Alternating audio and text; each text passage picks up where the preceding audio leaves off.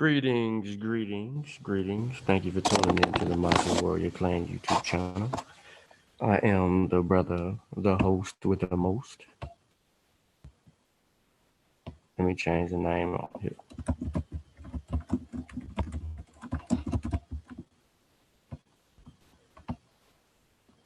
It is Sean, and you're right, Sean Calfunny.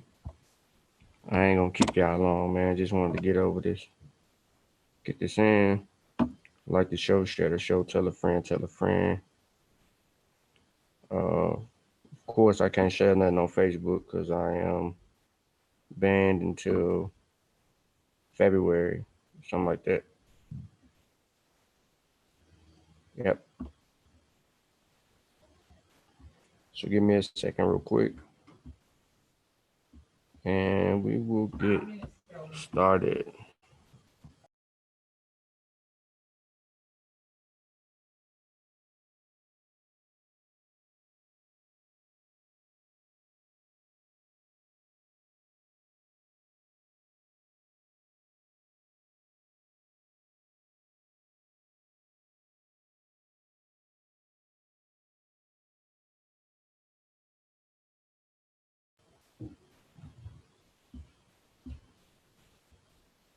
Few minutes.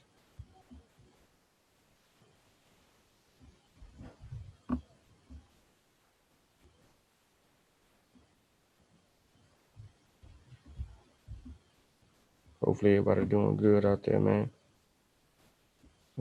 Don't. 1 second.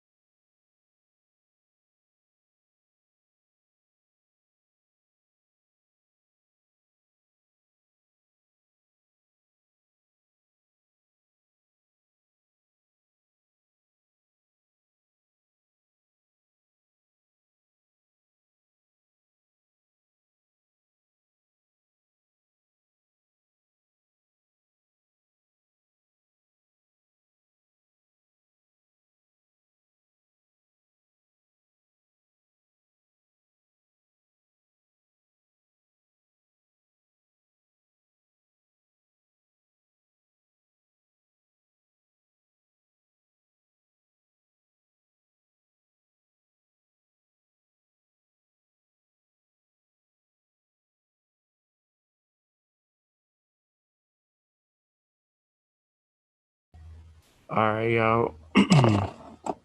Get ready to go live. Start the show. Again, man, capture the link, share the link, like the show. Tell a friend, tell a friend. I'm only trying to make sure that I edited the description. So once I get the description edited, we should be good to go. Hopefully everybody doing good today.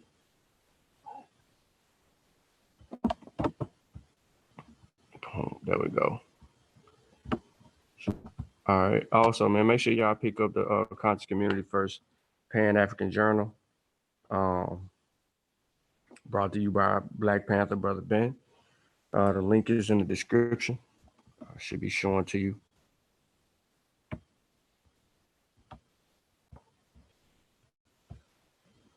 Yeah, link is in the description. So hopefully y'all are tuned in, to that. Anybody who got the journal, we need your feedback on the articles that are in the journal. There's some heavyweights in there.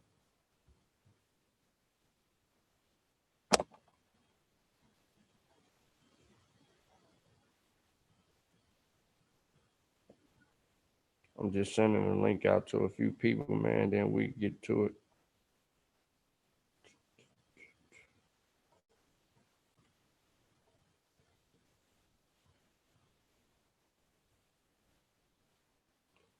All right, let me share my screen. This ain't gonna take long anyway.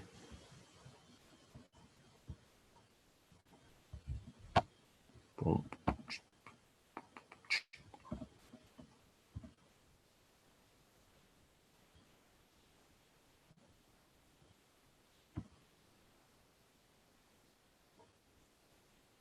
All right, so a Nigerian folk tale, A Tale of Two Birds by me. Let's get this thing cracking.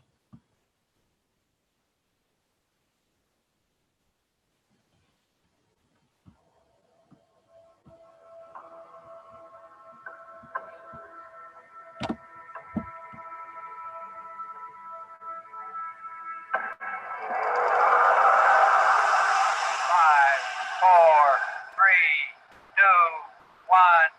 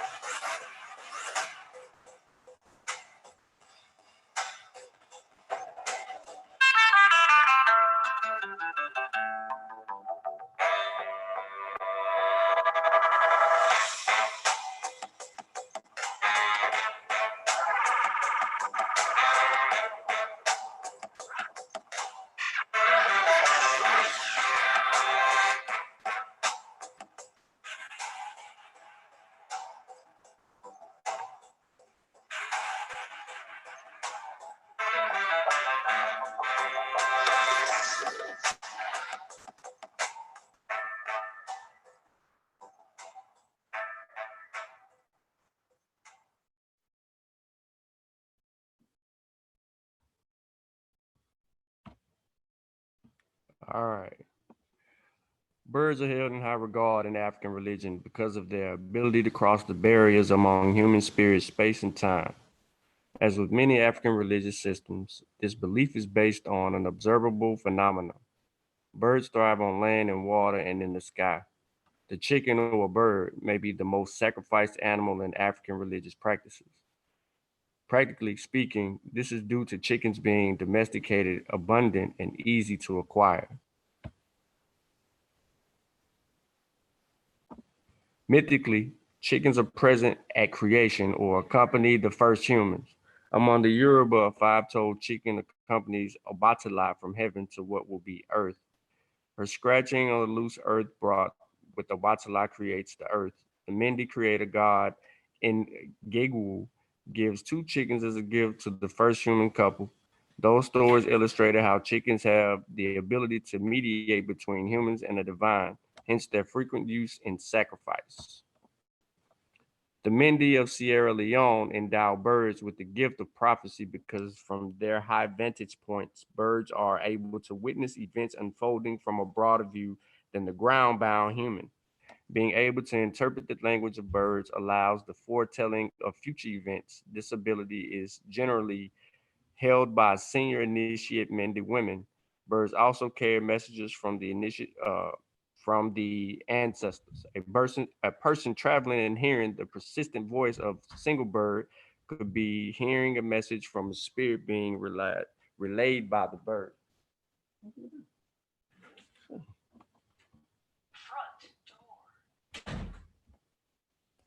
The chicken is also held in high regard. It keeps village time with its morning crows and returns to the co-op in the evening. It is ever watchful and squawks at the first stranger. Many women use the leaves of brooding chicken selects of prenatal medicine. Pregnant women are encouraged to emulate the self-disciplined focus of a brooding chicken and are forbidden to eat its flesh or eggs. Now, the chicken also serves as a distinguisher of truth. To determine whether the dispute has been settled among relations or friends, the estranged person hold grains of rice in hand. If the chicken pecks enthusiastically at the rice, dispute has been truly resolved. Other examples of birds being used to distinguish truth exist in stories among the Khoisan of South Africa, where a bird identifies a murder, and in ancient Kemet, where a feather is the ultimate judge of an individual's activities during life. Another common spiritual association with birds is their connection to the human soul. The ba bird in Kemet depicts a bird with a human head. The ba is translated in the West as a soul, but it really does not have an English equivalent. It is the psychic force of a person that, when they die, seeks to be united with the ka, the life force of a sustenance of a person for the body to exist in the afterlife. The image of the ba bird, drawn in funerary scenes, hovering above the body or in trees around the tomb, shows this journey that must be made every night. Here's the story of the Nsaksak bird and the Odudu bird. So we're going to give a little bit of meaning and definition of some words. The Nsaksak, or as they say, is a small, dull-colored bird called the king of birds. Says he keeps on speaking, although the forest is big, meaning I have a standing as well as he, although I do not equal him, or they pay no regard to what I say. Odudu simply means power. You'll see another word in the story that'll also say magpie. It's a long-tailed crow with boldly marked or green plumage and a raucous voice. So if you want to see the magpie bird, you can simply Google that and press play and listen to it. Now, a long time ago, in the days of King Adam of Calabar, the king wanted to know if there was any animal or bird which was capable of enduring hunger for a long period. When he found one, the king said he would make him a chief of his tribe. The Insasak bird is very small, having a shiny breast of green and red. He also has blue and yellow feathers and red round the neck, and his chief food consists of ripe palm nuts. The Odudu bird, on the other hand, is much larger, about the size of a magpie, with plenty of feathers, but a very thin body. He has a long tail, and his coloring is black and brown with a cream-colored breast. He lives chiefly on grasshoppers and is also fond of crickets, which makes him a noise at night. Here's a map of West Africa, not most importantly Nigeria. You see Benin, you see the Ijao, uh, but you see Calabari, and then you see Calabar, and then you see the Bibio, which he may be in the chat.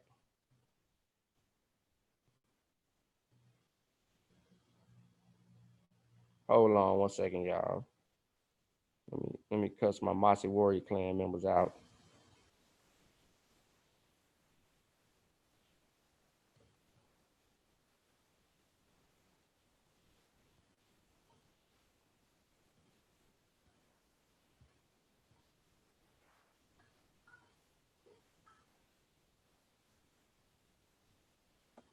Let me continue.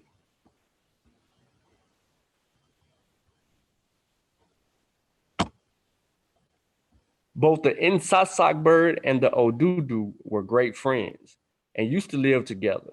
They both made up their minds that they would go before the king and try to be made chiefs.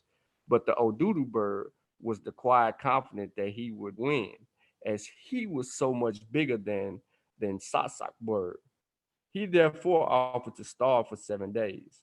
The king then told them both to build houses which he would inspect, and then he would have them fastened up, and the one who could remain the longest without eating would be made the chief. They both then built their houses, but the Insaksak bird, who was very cunning, thought that he could not possibly live for 7 days without eating anything. He therefore made a tiny hole in the wall being very small himself, which he covered up so that the king would not notice it on his inspection. The king then came and looked carefully over both houses, but failed to detect the little hole in the Insaksak bird's house, as it had been hidden so carefully. He therefore declared that both houses were safe and then ordered the two birds to go inside their respective houses, and the doors were carefully fastened on the outside. Every morning at dawn, the Insaksak bird used to escape through the small opening he had left high up in the wall and fly away a long distance and enjoy himself all day, taking care of, however, that none of the people on the farm should see him. Then, when the sun went down, he would fly back to this little house and creep through the hole in the wall, closing it carefully after him. When he was safely inside, he would call out to his friend Odudu and ask him if he felt hungry, and, and told him that he must bear well if he wanted to win, as he, the Insaksak bird, was very fit and could go on for a long time. For several days this went on, the voice of the Odudu bird growing weaker and weaker every night, until at last he could no longer reply. Then the little bird knew that his friend must be dead. He was very sorry, but could not report the matter, as he was supposed to be confined inside his house. When the 7 days had expired, the king came and had both the doors of the houses open. The Insaksak bird at once flew out and perching on a branch of a tree which grew near, sang most merrily, but the Odudu bird was found to be quiet, dead, and there was very little left of him, as the ants had eaten most of his body, leaving only the feathers and the bones on the floor. The king therefore at once appointed the Insaksak bird to be the head chief of all the small birds, and in the Ibibio country, even to the present time, the small boys who have bows and arrows are presented with the prize, which sometimes take the shape of a female goat if they manage to shoot a Insaksak bird, as the Insaksak bird is the king of the small birds and the most difficult to shoot on account of his own willingness and his small size. Here's the sources for the story and also the identification of the birds.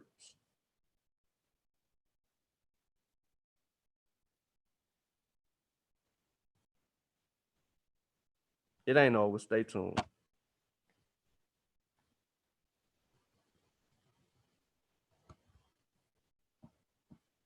All right, so I just wanted to give a brief description of this particular story based on what was read.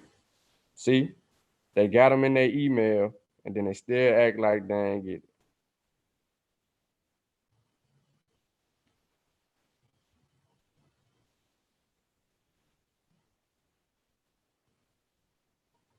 So I want to read something to y'all since they won't talk about me.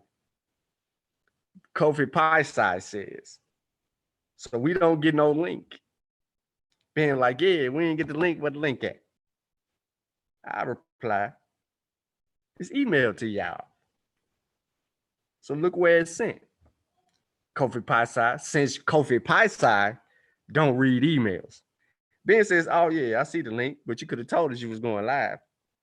Kofi said, yep, I guess his presentation is top secret now. He don't want to tell nobody. He going live. He just put the link in the Mossi and Messenger no more. This is the guy that's supposed to be writing a book that we've been waiting on for 2 years.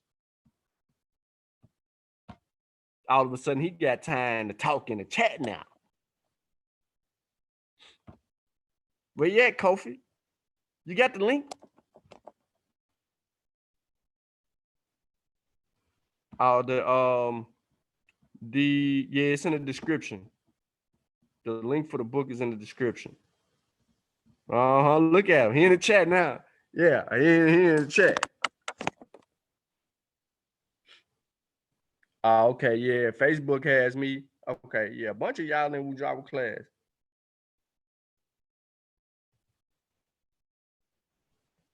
Yeah, Juju supposed to be in class. Vasa's supposed to be in class. Uh, Kayla's supposed to be in Wujawu class. And no telling who else in the chat room that's in Wujawu class. I think today introduction day anyway. They scolded. Look, y'all, I just want everybody to know that my own Mossi Warrior Clan brothers are scolding me in the chat. Just want to say that.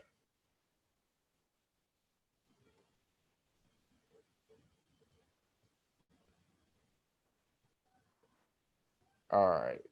I don't know how I put together.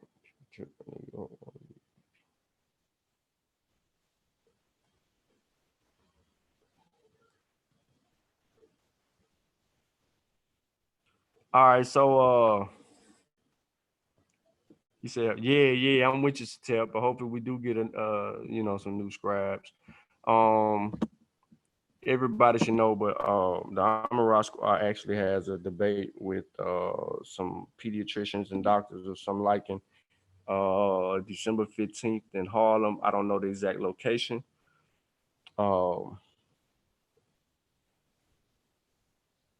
They go to Eventbrite link, but most importantly, here's the GoFundMe for the Amara Squad, as it is a team of about 6 members that will be there doing that thing.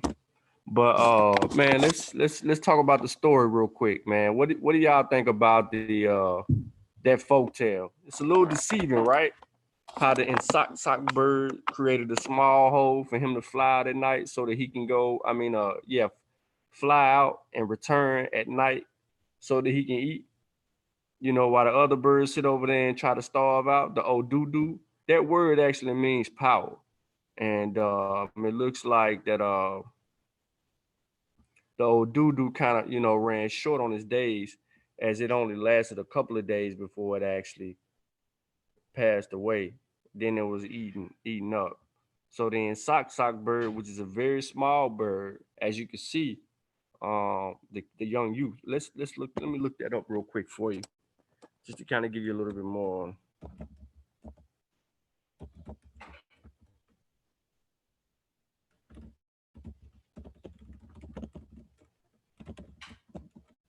Let me see if I can get an image of these kids trying to hunt the birds.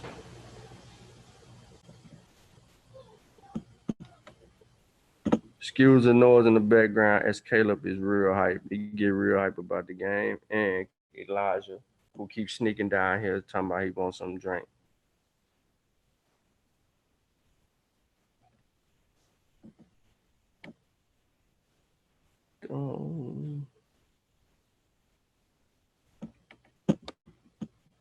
We do this. Last slide.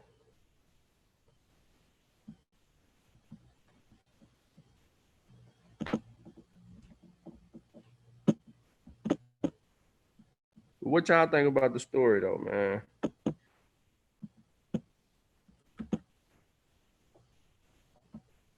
Now Kofi on YouTube, y'all. Kofi ain't been on YouTube in a month and a half. He ain't have time for y'all. I'm just gonna tell y'all that. Now he in the chat. You know what I'm saying? He ain't have time for nobody.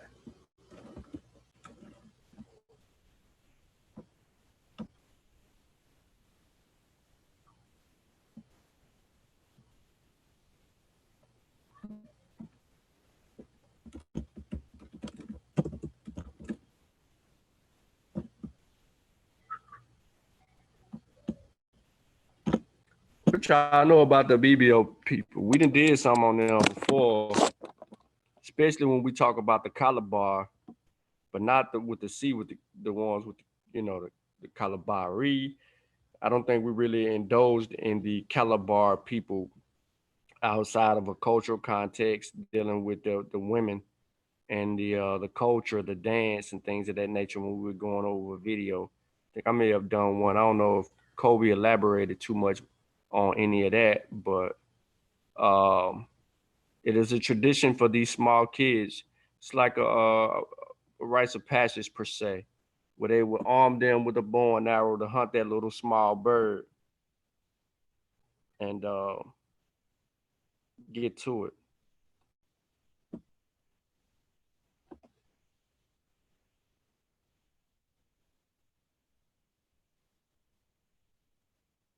Oh, Chavis supposed to be in the class too?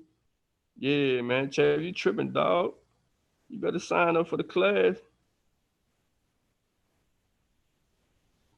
Yeah. Saber got payment plans, man. You know what I'm saying? Saber University, baby. You know? Saber University, man. You know.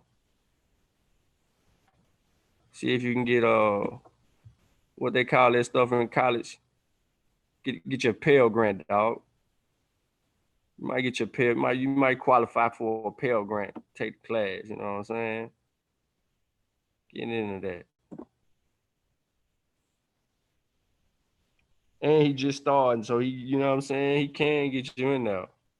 And if you can't get a Pell Grant, then he may set you up on, with a little small loan. You know what I'm saying? One way or the other, he gonna help you get in the class.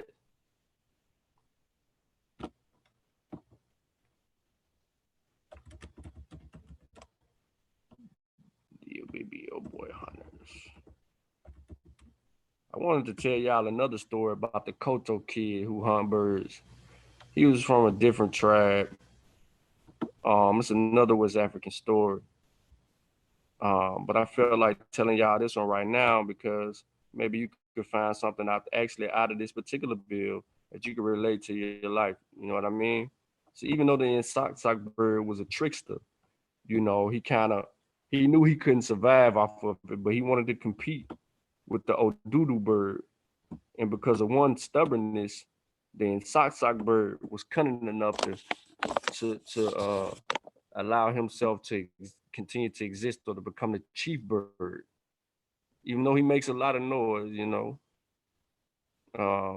he did what he needed to do.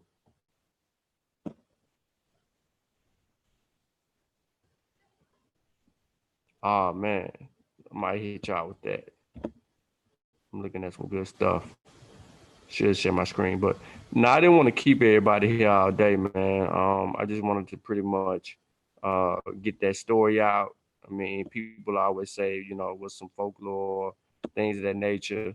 When you hear about West African folklore, you only hear about the Anansi story, and it's usually um, true story and reminding people about the Anansi story. But there's other stories uh, in West Africa that actually exist as well. The Anansi just travel from place to place to place to place. Um,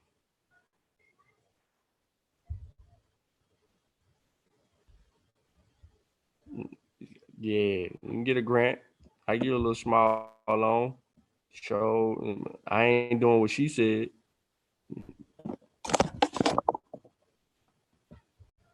Broke. So check this out. Let me give you a little bit more insight about the BBO um, people. And or I might have to log into my account to read it. Nah, I ain't got it. I can do it right here. I'm gonna give you a paragraph. So looking around tonight upon those, this is some BBO customs and beliefs, by the way. Sorry. And looking around tonight upon those gathered here, distinguished in almost every branch of service, which has given England the power she wields in Africa today. I should feel overwhelmed by the honor you have done me, were it not that, for once, I venture to think that this little paper has a genuine claim upon your interest, since it deals, however inadequately, with the people of great antiquity, as yet practically unstudied. Before going to this distinct district, we were cheeringly told, and on every hand, that the Abibia were a race in which it was impossible to take an interest, since they were of the very lowest type, in fact, mere mudfish. To us, however, they proved the most interesting race, amongst whom good fortune has yet ever led our feet through. Tonight, time unfortunately prevents any adequate idea being given. So this is from the Journal of the African African Society, Volume 8. Was written in April of 1914.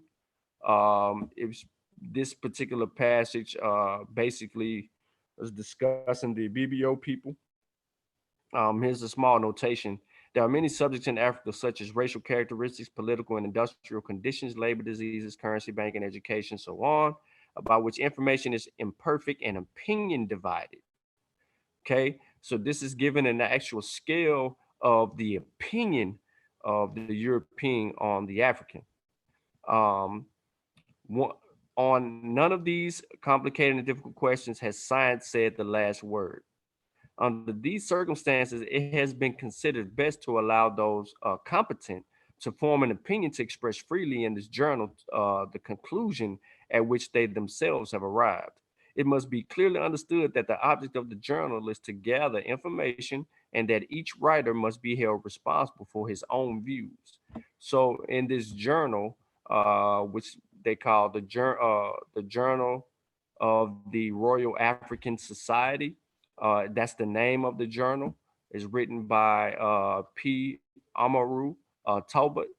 And it has, in this article about the BBO customs and beliefs, it's published by Oxford University on behalf of the Royal African Society.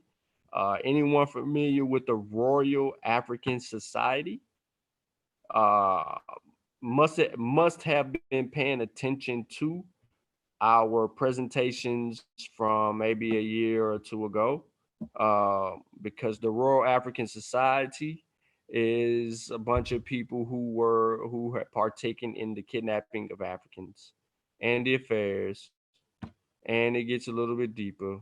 And they had a time period where they did their thing, um, but kind of go from there. So anyone who have JSTOR, you could look those articles up on JSTOR. They got some good articles there. You can pay $49 for the actual book. But if you have a subscription and so on and so forth, you should be able to get in there and get you a brief summary on a particular article. But if you want the whole entire book, you got to purchase if you can't find it on Scribe or somewhere else to actually go from there. So yeah, mudfish are popular in West Africa. Uh, Let me show y'all. Y'all know what a mudfish look like.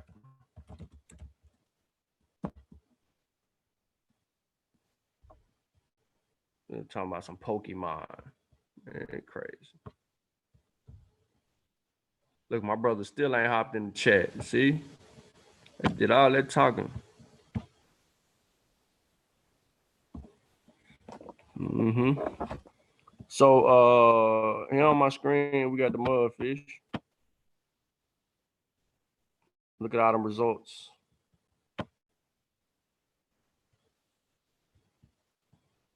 Yep. Let's go back though. West African lungfish. We don't want that one. We want the mud. Let me find the article.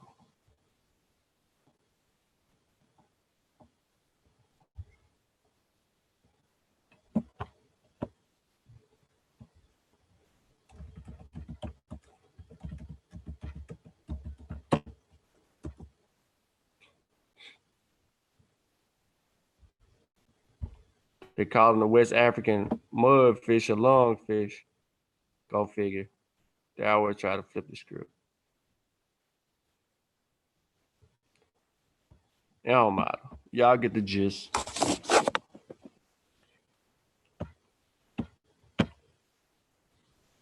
But man, that's it, man. That's all. I ain't want to hold nobody up. I wanted to be about 20 minutes, 30 minutes, something like that.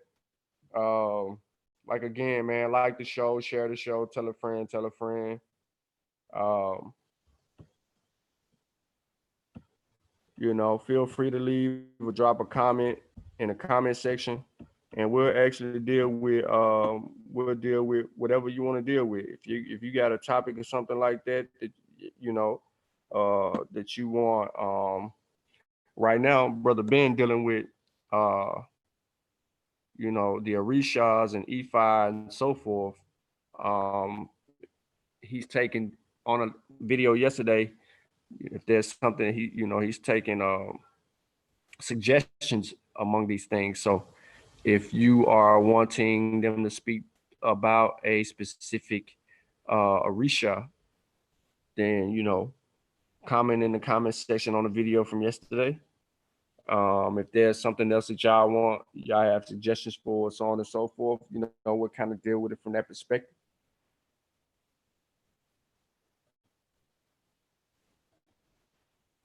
We don't know it all, man. But I got some new work on the way that I actually ordered, so I will be diving into that. I need to set aside some time to work on an article for volume 2 of the Conscious Community's first Pan-African journal. Volume 2 will be coming next year, I am told. There will be articles, art, interviews in that one. It's not all writings. So if you're artistic or you have some type of artistic expression, feel free to reach out to Brother Ben and get that email where you can send him your work. And if your work makes the journal, then more power to you. I'm looking forward actually to see if the sister that dropped some artwork in this past journal, she's going to be able to do that as well. Um,